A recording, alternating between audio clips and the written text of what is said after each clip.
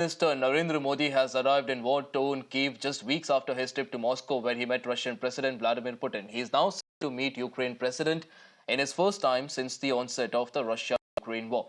This maiden visit to Ukraine by any Indian Prime Minister is timed strategically as Kyiv troops are now making significant advances into the Russian territory amid a dramatic military offensive. Notably, Prime Minister Modi's trip also aligns with the Ukraine's Day of National Flag. In fact, Modi has consistently advocated for a ceasefire in Ukraine while also refraining from conducting Russia's airstrikes, in fact, as far as the ground invasion is concerned. So clearly there, a big moment there for India as well, internationally, Indian Prime Minister there. We earlier saw how he was welcomed in Poland as well, and now he has arrived in Kyiv. And all the timing of this views is very important.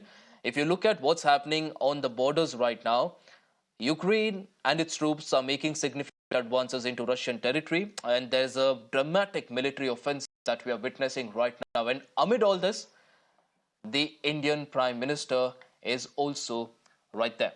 All right, Srinjoy, my colleague, joins us on the broadcast to get us more details on this. Srinjoy, the timing of the visit, a lot of people are calling very significant.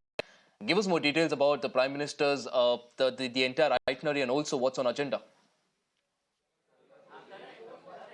Well, first of all, this visit had been planned in advance.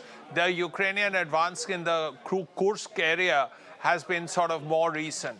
Of course, the Ukrainians have been successful. They've taken over a lot of territory and so on.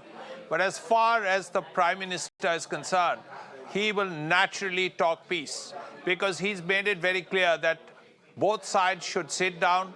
There should be an immediate cessation of hostilities. There should be a ceasefire. Both sides should sit down and talk and negotiate.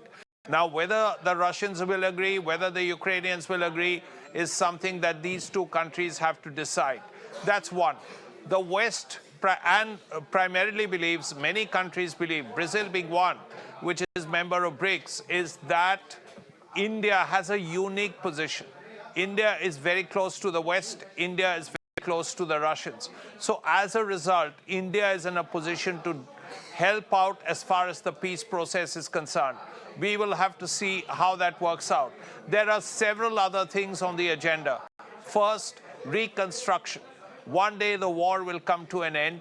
And what we are hearing is that Zelensky will ask Modi for India's help in the reconstruction process. That is one. Defense is another issue where spare parts are necessary. Ukraine may be ready to help.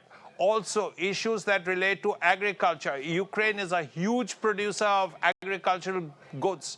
The war has actually caused problems vis-a-vis the three F's. Absolutely. Fuel, food, and fertilizer. So fuel and fertilizer apart, food is a very important issue, and agricultural cooperation is on the agenda.